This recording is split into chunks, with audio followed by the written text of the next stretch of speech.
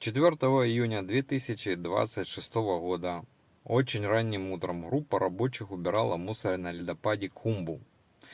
Это на Эвересте. И наткнулась на человека, который полз по льду на руках и на коленях. В зоне, где к этому моменту у людей уже не должно было быть.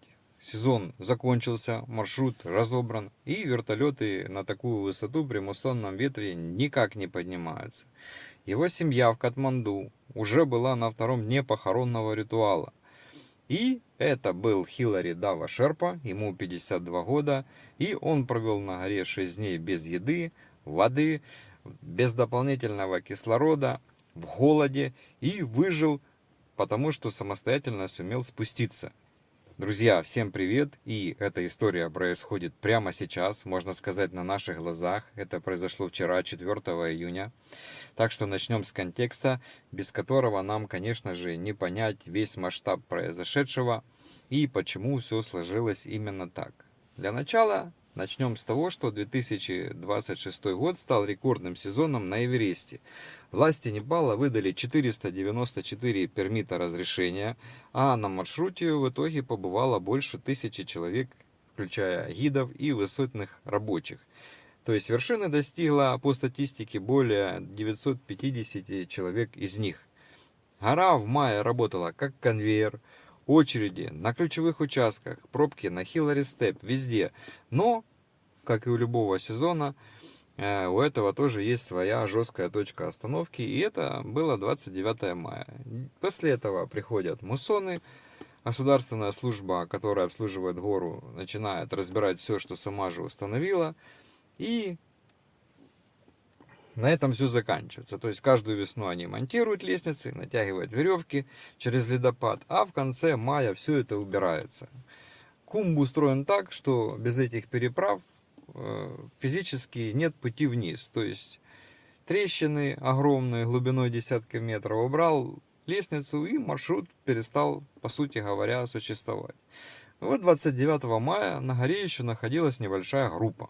Два клиента было. Британский альпинист и ютубер Крис Тролл, ему 56 лет, он бывший пехотинец, и польский альпинист, имя которого пока нигде не фигурирует.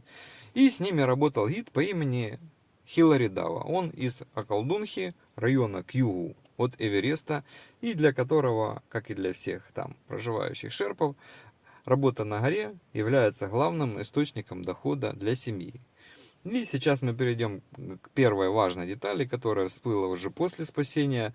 Он был нанят работодателем именно поваром в лагерь 2. Это на высоте 6400 метров. Как он оказался на верхних склонах, достоверно пока нам неизвестно.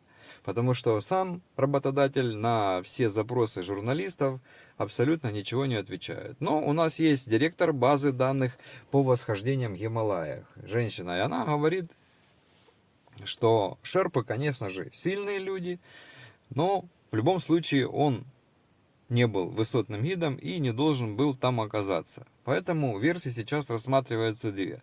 Либо нехватка опытных людей в команде, либо экономия на персонале.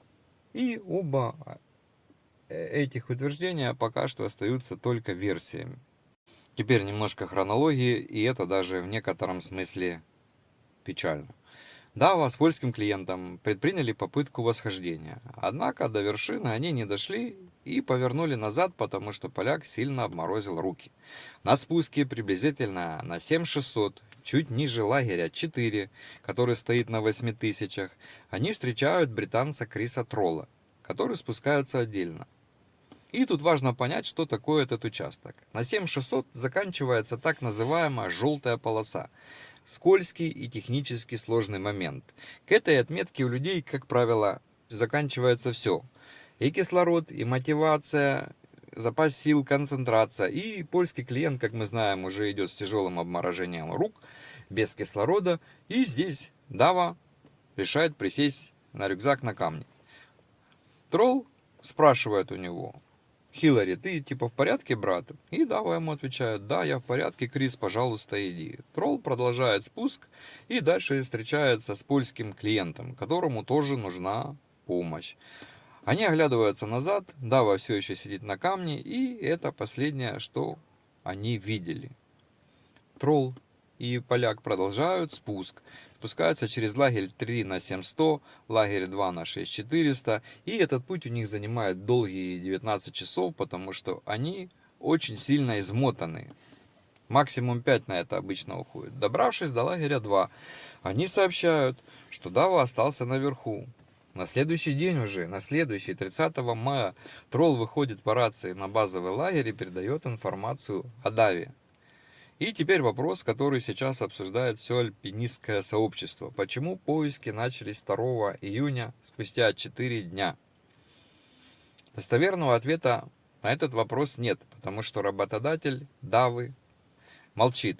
Известно, что другая непальская команда, которая, кстати говоря, в итоге организовала поиски сама, рассказала, что поскольку работодатель не выходит на связь, к ним обратилась семья Давы, и они решили взяться на поиски пропавшего человека, потому что это было правильно, это было по-человечески, и они не теряли надежды.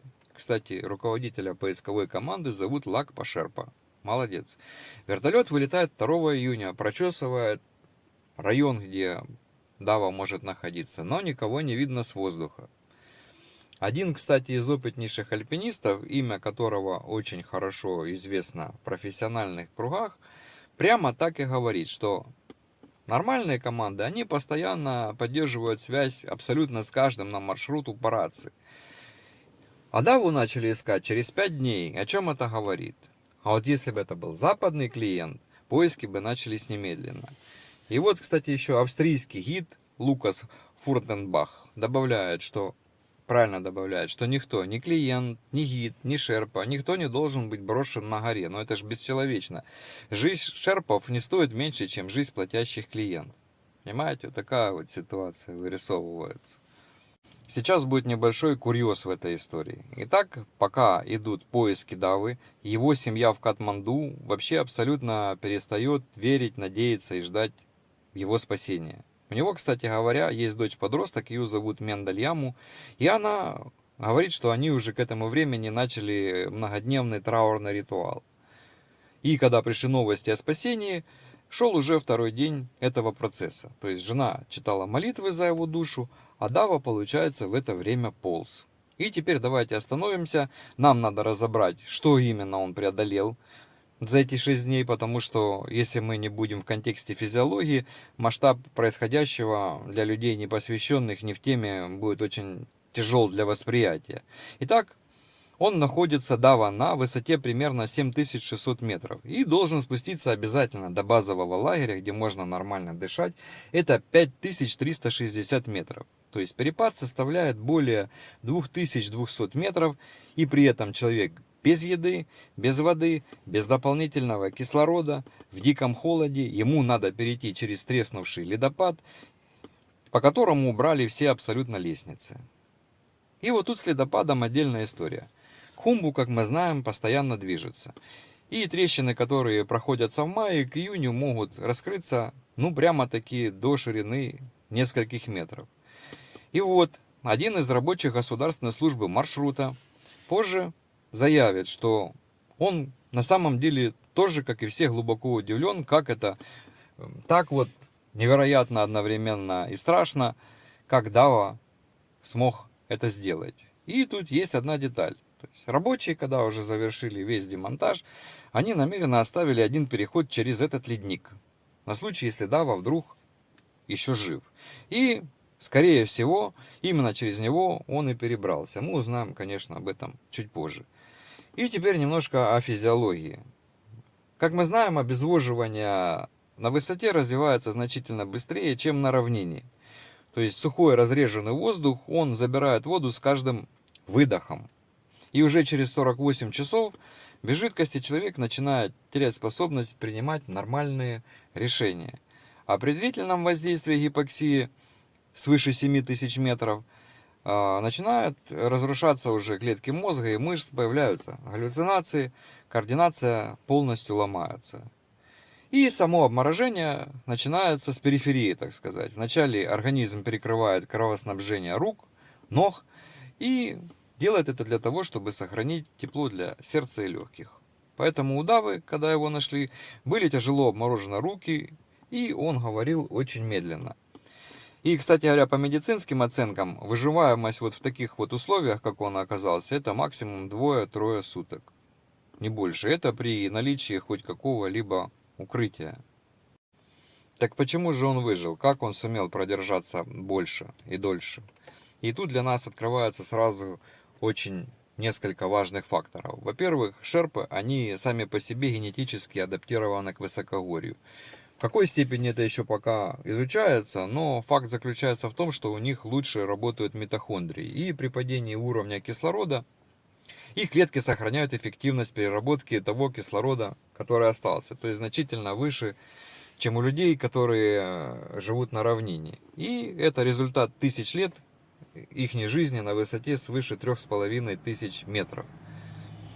Плюс годы работы на этом конкретном маршруте у Давы. Он знал, где спрятаться, куда смещается лед ночью, как переждать правильно холод с минимальными потерями.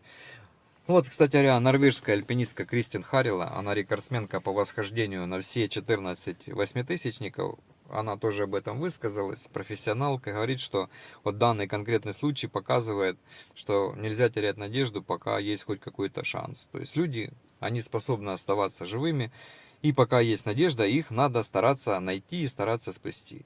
В общем, 4 июня утром та самая государственная служба, которая работает на маршруте, убирала последнее оборудование и мусор. И тут они видят человека, который ползет по леднику к самому подножию ледопада, откуда начинается уже пологий поход к базовому лагерю. На нем одет синий с желтым пуховый комбинезон, в котором Дава ушел 6 дней назад на покорение вершины. Ему тут же дают воду, дают покушать, помогают спуститься до ближайшей деревни, вызывают вертолет и организовывают его доставку в больницу в Катманду. Потом Дава, кстати говоря, расскажет, что он накануне видел вертолет, который летел, и махал, поднял руки и махал, но его никто так и не заметил, поэтому он принял решение продолжать спуск. В общем, когда в Катманду пришли первые новости о его спасении, его дочь и жена, конечно же, не могли поверить. Они попросили прислать фотки, и только когда на них посмотрели, точно убедились, что это он, и одновременно подтвердили этот факт. Сам Дава, он узнал своих родственников и сказал им, что все у него хорошо. Очень много комментариев в сети сейчас. Вот, например, Лакпа Шерпа. Это человек, который организовывал спасение на вертолете. Он говорит, что способность Давы спасти себя и добраться до безопасного места – одно из самых невероятных событий, которые мы когда-либо наблюдали на Эвересте. А другая женщина, ее зовут Билли Берлинг, она десятилетиями занимается летописью всех восхождений на Гималаях. Она вообще все назвала очень коротко, абсолютное чудо.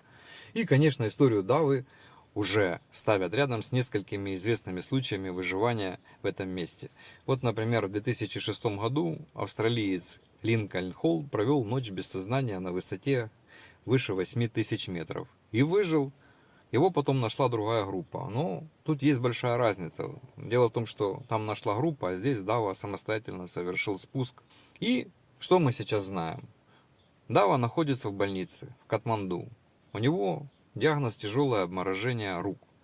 И по данным на сегодня, он в сознании, он узнает близких и он разговаривает. Но история при этом, конечно же, не заканчивается, я бы даже сказал, а только разворачивается. У нее сразу несколько открытых вопросов, и они на сегодня без ответов. И первый из них это, почему повар лагеря 2 оказывается гидом на 8000 метров. Версии, конечно, есть, а вот фактов у нас на сегодня нету. И второй вопрос, почему поиски начинаются через целых 4 дня. Официальной позиции по этому вопросу, официальной, на сегодня нету. Вот множество непальских источников говорят об одном, что если бы это был клиент из Европы или Америки, то вертолет бы поднялся бы в воздух просто сразу же, в первые сутки. И третий вопрос уже системный. То есть мы знаем, что 2026 год, он рекордный. На маршруте были огромное количество людей было, больше 1000 человек. И, кстати говоря, 5 из них уже по статистике вот не вернулись своими ногами. То есть, чем больше на горе оказывается неопытных клиентов, тем выше нагрузка на гидов. И тем опаснее, получается, становится ситуация для этих же гидов. Момент, когда что-то начинает идти не так. И последнее уже вообще даже не про системность, а про то, что вот Дава, он полз 6 дней, зная, что его никто не ищет. Просто вдумайтесь в это. Без еды, без воды, с обмороженными руками, через абсолютно разобранный маршрут, не надеясь ни на что. И вот что его удержало в движении? Биология, что это было? Опыт, характер или что-то другое, для чего вообще нельзя подобрать ни единого слова. Вот напишите об этом в комментарии, что вы об этом думаете. И я призываю вас подписаться, потому что здесь всегда есть истории, которые стоит знать. Всего вам доброго и до следующих выпусков. Пока.